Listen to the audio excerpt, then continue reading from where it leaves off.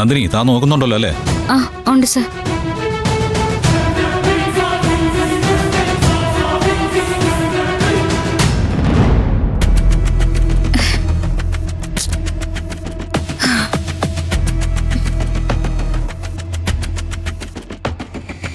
എന്ത് ചെയ്യും? എന്ത് പറഞ്ഞത് മുടക്കുക?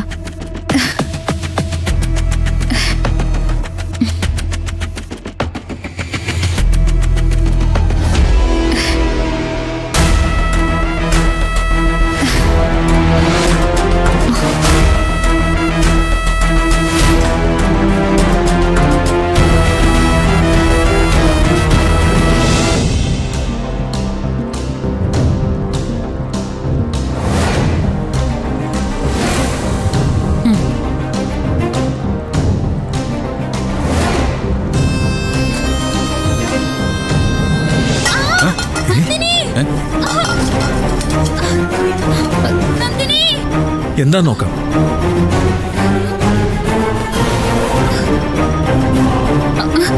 എന്തു പറ്റി കനകേ? അത് വെള്ളം ഇറക്കി വെക്കാൻ നോക്കിയപ്പോ കയ്യിന്ന് വീണുപോയി. നോക്കി ചെയ്യണ്ടേ ഇതൊക്കെ? നിനക്ക് എന്തെങ്കിലും പറ്റിയോ? ഏയ് ഇല്ല. അത്യാവശ്യമായിട്ട് ഒരു കാര്യം ചെയ്തുകൊണ്ടിരിക്കുന്നതിന്റെ ഇടയിലാ.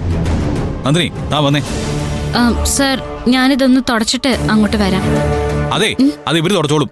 താനിങ്ങോട്ട് വന്നേ. അല്ല സർ, തന്നോട് വരാനല്ലേ പറഞ്ഞത്? വാ.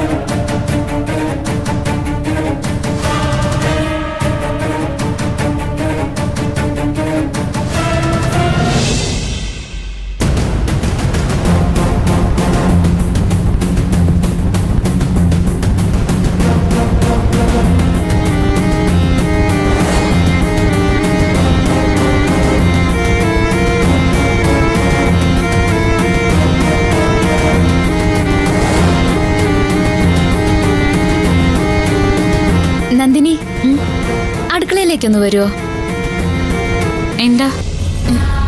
സാമ്പാർ പരിപ്പ് എവിടെയാ വെച്ചിരിക്കുന്നതെന്ന് ഞാൻ നോക്കിയിട്ട് കാണുന്നില്ല. ഒന്നെടുത്തു തരുമോ? ഇവിടെ ഗൗരവമുള്ള ഒരു കാര്യം ചെയ്തുകൊണ്ടിരിക്കുക. അതിന്റെ ഇടയിലും ഒരു സാമ്പാർ പരിപ്പ് തരുന്നത്. ഞാൻ എടുത്തു കൊടുത്തിട്ട് വരാം സർ. താൻ എങ്ങോട്ടും പോണ്ട. നോക്ക്, ഇനി ഇതിനിടയിൽ എന്തെങ്കിലും ബഹളം ഉണ്ടാക്കാനോ നന്ദിനി വിളിക്കാനോ വരണ്ട. കേട്ടല്ലോ? ചെല്ല്. എന്ത് ചെയ്യാനായാലും ഇത് കഴിഞ്ഞിട്ട് മതി. പോ.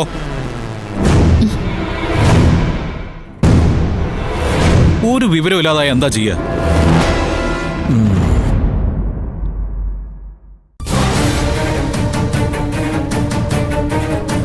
സർ ഇവരാ സർ.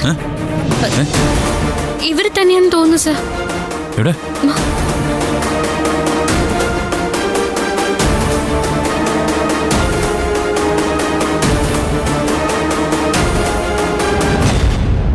ഇവര് തന്നെയെന്ന് തോന്നുന്നത്.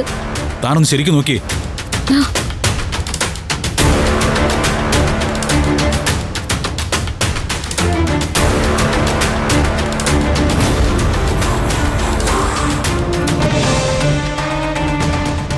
ലാപ്ടോപ്പിന് ചാർജ് ഇപ്പൊ തീരുമല്ലോ. ഫോർവേഡ് ചെയ്യാം.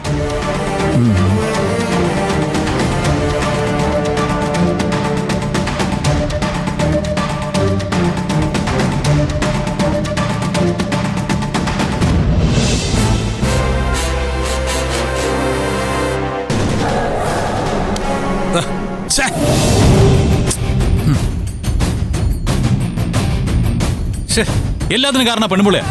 അവർ ഇതിന്റെ ഇടയിൽ തടസ്സം ഉണ്ടാക്കില്ലായിരുന്നെങ്കിൽ എല്ലാം കൃത്യമായിട്ട് കാണാമായിരുന്നു. നീ എന്തിനാ ഇങ്ങനെ ടെൻഷൻ ആവുന്നേ?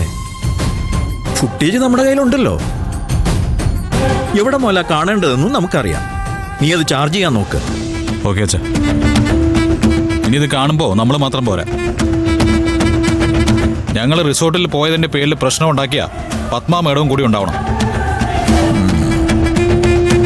ഞാനൊന്ന് ചാർജിന് വെക്കട്ടെ അച്ഛാ.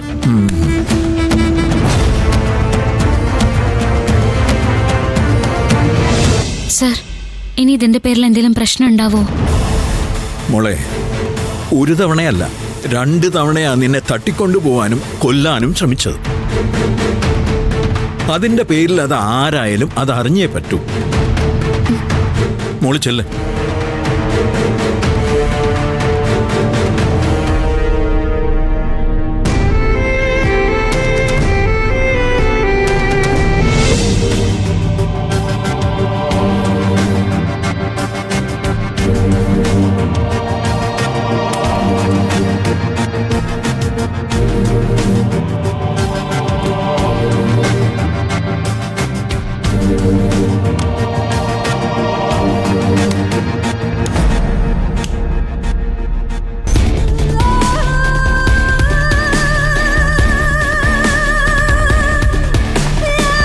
നന്ദിനി, അവന്മാരെ തിരിച്ചറിഞ്ഞു കഴിഞ്ഞാൽ അപ്പം തന്നെ നമുക്ക് ആ റിസോർട്ടിൽ പോകണം. അവരുടെ ഡീറ്റെയിൽസ് എടുക്കണം. എന്നിട്ട് അതുമായിട്ട് നേരെ പോലീസ് സ്റ്റേഷനിൽ പോകണം. പരാതി കൊടുക്കണം. അല്ലെങ്കിൽ വേണ്ട, അവന്മാരുടെ ഡീറ്റെയിൽസ് എടുത്തു കഴിഞ്ഞാൽ ഞാൻ തന്നെ അവന്മാരെ നേരിട്ട് കണ്ടോളാം. അത് വേണ്ട സർ. സാർ നേരിട്ടൊന്നും പോകാൻ നിൽക്കണ്ട. അവന്മാരെന്തിനും മടിക്കാത്തവരാ. അതുകൊണ്ട് അടങ്ങി ഒതുങ്ങിയിരിക്കണോ? കുറച്ച് ദിവസമായി നന്ദിനി എന്റെ മനസ്സിൽ ഈ സംശയം കയറി തുടങ്ങിയിട്ട്. അവരാരാണെന്ന് തിരിച്ചറിഞ്ഞു കഴിയുമ്പോൾ ഇതുവരെ സംഭവിച്ച പല കാര്യങ്ങൾക്കും പലരും ഉത്തരം പറയേണ്ടി വരും. സർ, നമ്മുടെ വീട്ടിലൊരു വലിയ പ്രശ്നം കഴിഞ്ഞു നിൽക്കുക. അതുകൊണ്ട് സാറ് ഇതില് ഒരു വിട്ടുവീഴ്ചയും താൻ എന്നിൽ നിന്ന് പ്രതീക്ഷിക്കണ്ട. അവരാരായാലും അവരെ കണ്ടെത്തിയേ പറ്റൂ. അവർക്ക് തന്നോടുള്ള ശത്രുത അറിഞ്ഞേ പറ്റൂ. ഇതൊന്ന് ചാർജ് ആയിക്കോട്ടെ.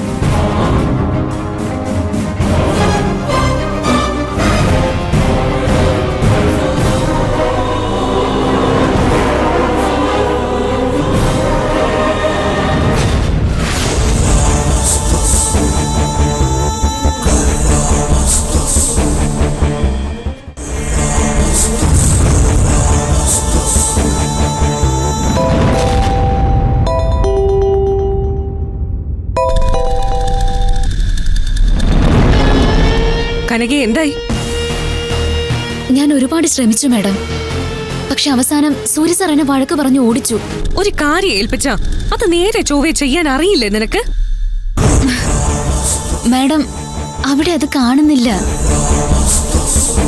സാറിന്റെ ലാപ്ടോപ്പ് ചാർജ് തീർന്ന് ഓഫായി. അത് മുറിയിൽ കൊണ്ടുപോയി ചാർജിനിട്ടേക്കുവാ. അത് നമുക്ക് വിധിച്ച് കിട്ടിയ സമയോ? എവിടെയാ ലാപ്ടോപ്പ് ചാർജിനിട്ടിരിക്കുന്നെ? അത് സൂര്യ സാറിന്റെ മുറിയില. നിനക്ക് അങ്ങോട്ട് പോവാൻ പറ്റുമോ? അത് മാഡം, സൂര്യ സാറ് നന്ദിനൊക്കെ അവിടെ മുറിയിലുണ്ട്. ആരുണ്ടെന്ന് എനിക്ക് അറിയണ്ട. നീ പെട്ടെന്ന് ആ ലാപ്ടോപ്പിന്റെ അടുത്തേക്ക് ചെല്ല്. എന്നിട്ട് ഞാൻ പറയുന്ന പോലെ ചെയ്യണം. ആ ലാപ്ടോപ്പിൽ ഒരു പെൻഡ്രൈവ് ഉണ്ട്. അതെന്താ മാഡം? ലാപ്ടോപ്പിൽ ഒരു ചെറിയ സാധനം, ഒരു വിരലിന്റെ അത്ര നീളമുള്ള ഒന്ന്, അതിലത് കുത്തിവെച്ചിട്ടുണ്ട്. അത് എടുക്കണം നീ. മനസ്സിലായോ? ഇനി എന്നെ കൺമുമ്പിൽ കണ്ട സൂര്യ സാറ് ചിലപ്പോ കൊല്ലുന്നെങ്കിൽ കൊല്ലട്ടെ. നീ പെട്ടെന്ന് ചെല്ല്. അത് ഊരി എടുത്താ പിന്നെ വേറെ ഒരു പ്രശ്നമില്ല. പെട്ടെന്നാവട്ടെ.